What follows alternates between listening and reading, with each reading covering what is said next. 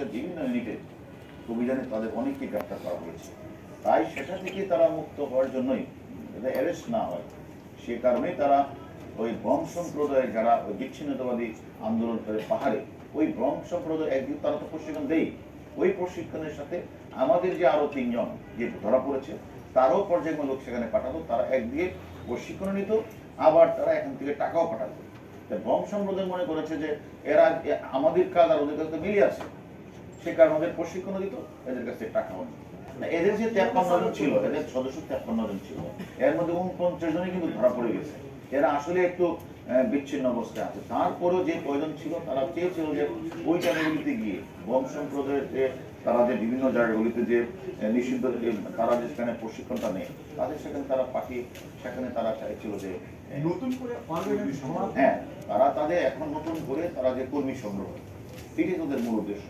কর্মী সংগ্রহ করে এই কর্মীগুলিকে তারা একদিকে তারা ওই চাকরি করে, ইসলামিক ইন্স্যুরেন্স গুলো চাকরি করে, আর একদিকে আস্তে আস্তে কর্মীগুলি পাঠায় ওখানে এবং টাকাটা তারাও দিয়ে দেয়। আর ব্রহ্ম সম্প্রদায়েরা মনে করছেন বিচ্ছিন্নতাবাদীরা যে আমরা তো প্রশিক্ষণ হচ্ছে, তাকে আমরা কিছু খাবারও পাচ্ছি, কিছু টাকাও পাচ্ছি।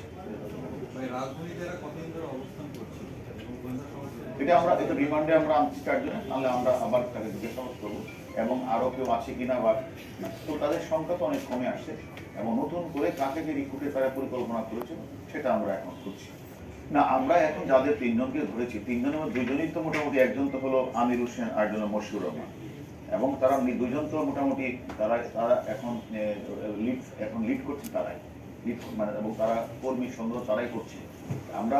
এবং অলরেডি কিন্তু হাবিবুর রহমানকে নতুন রিক্রুটও তারা করেছে, তাকে হয়তো আমরা গ্রেফতার করতে না পারলেও তারা সে পারে হয়তো বা ওই মানে পাহাড়ের পাঠিয়ে। যাই হোক, আমরা রিমান্ডে এনেছি, রিমান্ডে এনে তাদের কাছে আপনারা যে প্রশ্নগুলি করেছেন সেই প্রশ্নগুলি প্রত্যেকটার উত্তর তাদের কাছে নেওয়ার চেষ্টা করবো এবং তাদের নতুন রিক্রুটের কার কার নাম ছিল সে নামগুলি আমরা তৈরি করবো এবং আমি মনে করি প্রত্যেককে আমরা আইনে আইটা আমার চেষ্টা করবো।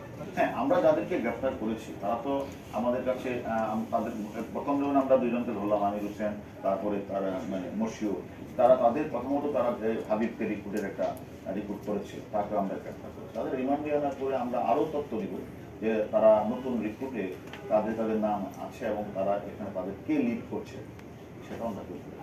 হ্যাঁ, এটা তারা তো অলরেডি তারা টাকাও দিয়েছে, তারা প্রশিক্ষণ নিয়েও এসেছে এবং এটা তো আমরা যদি তাদের গ্রেফতার করতে না পারতাম তাহলে হয়তো বা আরেকটা গ্রুপ চলেও যেত। যাই হোক, আমরা আপনাদেরকে পড়ে রিমান্ডের পরে বিস্তারিত পড়ে না, তারা তো শুধু মানে সারা বাংলাদেশ থেকে এরকম মানে তাদের প্ল্যান ছিল, সেখান থেকে তারা কর্মী রিক্রুট করবে। তাদের তো উদ্দেশ্যটাই বললাম, আমি তো অলরেডি আমার বক্তব্য আপনাদেরকে বলেছি তাদের কি উদ্দেশ্যটা ছিল, এবং তারা তো কর্মী রিক্রুট করে তাদের যে মানে তারা যে বিশ্বাস করবে, তাদের বিশ্বাসটা কি ছিল, গাজওয়াতুল হিন্দ নামক একটা ধর্মযুদ্ধ হবে, সে যুদ্ধে মানে এই দাজ্জালের নেতৃত্বে ভারত যখন মুসলিম হবে তখন তারা সেখানে যুদ্ধে ঝাঁপিয়ে পড়বে। হ্যাঁ, এবং ইসলাম ধর্মকে সংহত রাখতে এবং মুসলমানদের সুরক্ষা করতে গাজওয়াতুল হিন্দ নামক যে একটা ধর্মযুদ্ধ হবে, সেখানে তারা বাঁচলে গাজী হয়ে মরলে শহীদ হবে। এই নেকি উদ্দেশ্যে তারা এই রসদ সংগ্রহ করে তারা ট্রেনিং দিচ্ছে।